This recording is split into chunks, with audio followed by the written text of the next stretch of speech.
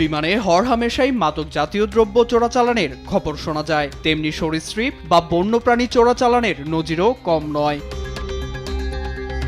শনিবার ভারতের বাণিজ্যিক রাজধানী মুম্বাইয়ের ছত্রপতি শিবাজি আন্তর্জাতিক বিমানবন্দরে ৪৭টি বিষধর সাপ ও ৪টি বিরল প্রজাতির কচ্ছপ সহ ধরা পড়েন এক ভারতীয় নাগরিক। থাইল্যান্ড হতে ছেড়ে আসা বিমান থেকে নামতেই সন্দেহের বশে তাকে জিজ্ঞাসাবাদ শুরু করেন কাস্টম অফিসার। সন্দেহের জেরে তল্লাশি করা হয় তার সঙ্গে থাকা লাগেজটি।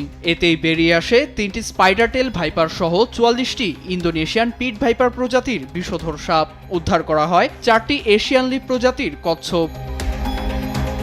অবৈধভাবে বিপন্ন প্রজাতির প্রাণী চোরাচালানের দায়ে ওই ব্যক্তিকে ওয়াইল্ড লাইফ প্রোটেকশন আইনের আওতায় গ্রেপ্তার দেখানো হয়। গোপন রাখা হয় তার নাম ও পরিচয়। এছাড়া জব্দ করা সরীসৃপগুলোকে স্বদেশে ফেরত পাঠানোর নির্দেশ দেয় wild life crime control bureau WCCB। জীববৈচিত্র্য রক্ষার স্বার্থে বন্য ও বিলুপ্তপ্রায় প্রাণী আমদানিতে কঠোর আইনের প্রচলন রয়েছে ভারতে।